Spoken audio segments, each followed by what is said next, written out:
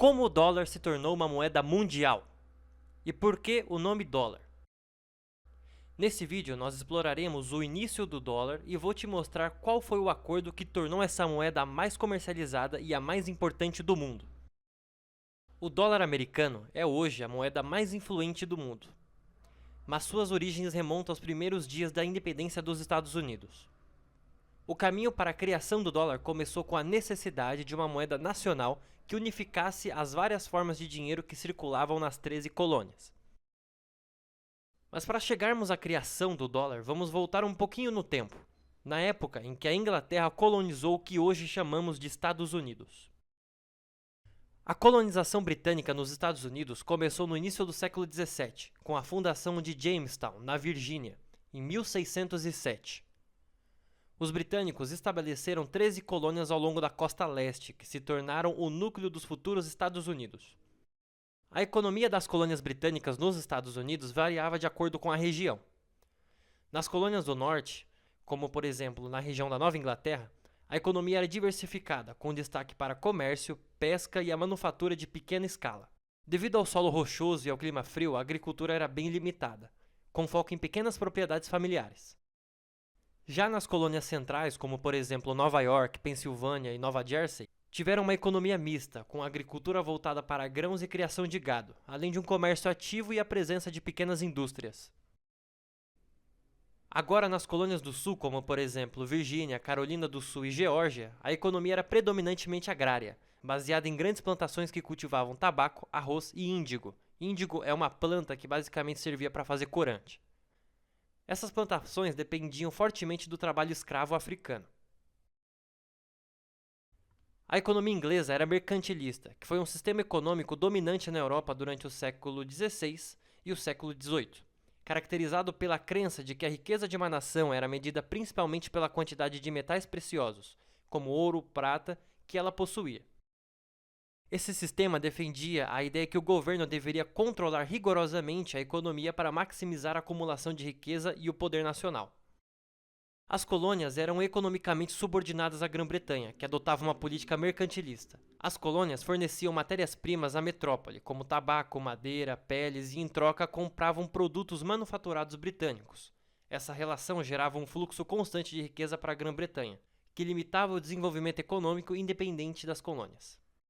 Eram fortemente incentivadas e, em alguns casos, até obrigadas a consumir produtos britânicos devido à política mercantilista implementada pela Inglaterra. Essas políticas incluíam uma série de leis, criando uma dependência econômica e garantindo que a riqueza circulasse dentro do império. Com o tempo, as tensões entre as colônias e a metrópole aumentaram. Após a Guerra dos Sete Anos, que durou de 1756 até 1763, que foi um conflito global em que envolveu as principais potências europeias e se estendeu por vários continentes, incluindo a Europa, a América do Norte, a África, Índia e Caribe.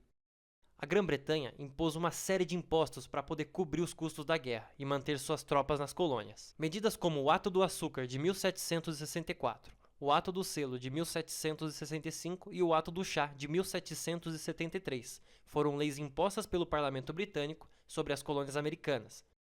Esses atos geraram uma grande insatisfação entre os colonos, que não tinham representação no parlamento britânico.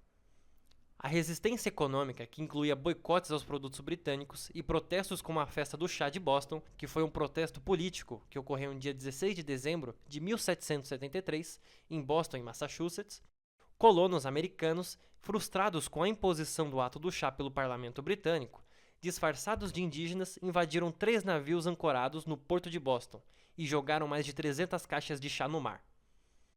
Esse protesto culminou em conflitos armados. A Guerra da Independência dos Estados Unidos começou em 1775 e as colônias declararam sua independência no ano seguinte, em 76. A Guerra de Independência dos Estados Unidos foi longa e custosa para a Grã-Bretanha.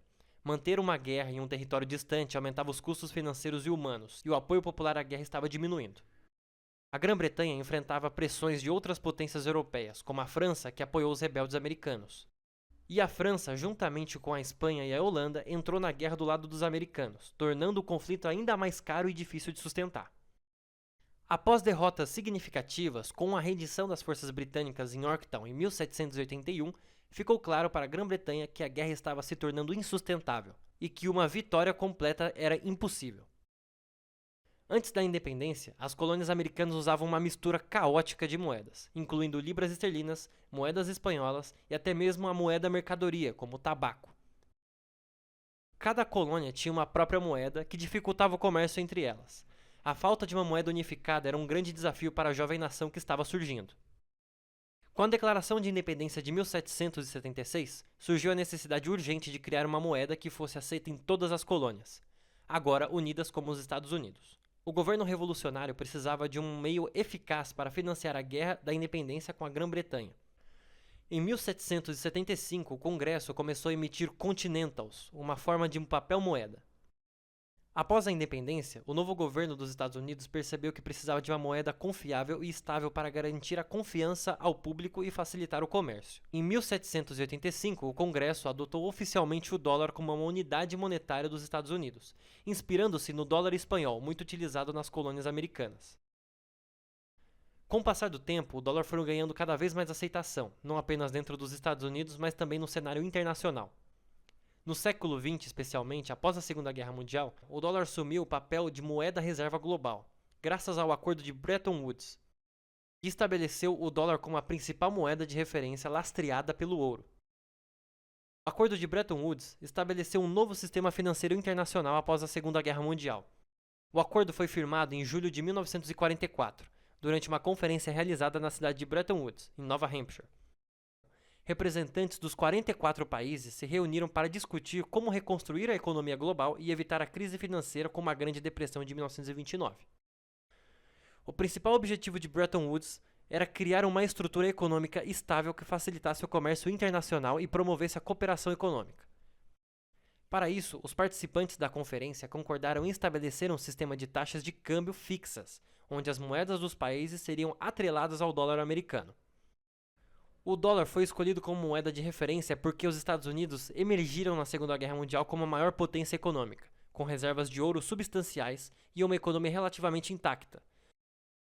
Segundo o acordo, o valor do dólar seria lastreado pelo ouro. Isso significava que outros países poderiam converter suas reservas de dólares em ouro a qualquer momento, o que dava uma confiança à nova ordem monetária. O sistema Bretton Woods funcionou até o início dos anos 70, quando começou a enfrentar pressões devido aos desequilíbrios econômicos globais e à crescente emissão de dólares pelos Estados Unidos para financiar gastos domésticos e externos. O presidente Richard Nixon anunciou que os Estados Unidos não converteriam mais dólares em ouro, encerrando efetivamente o padrão ouro e marcando o fim do sistema Bretton Woods. Embora o sistema tenha durado menos de 30 anos, seu legado permanece. O acordo também marcou o início da hegemonia do dólar como principal moeda de reserva mundial, uma posição que o dólar mantém até hoje. E aí, conseguiu entender como surgiu o dólar americano e como ela se tornou a moeda mais influente do mundo? Esse foi mais um vídeo breve e se você gostou, dá um like e se inscreve aí.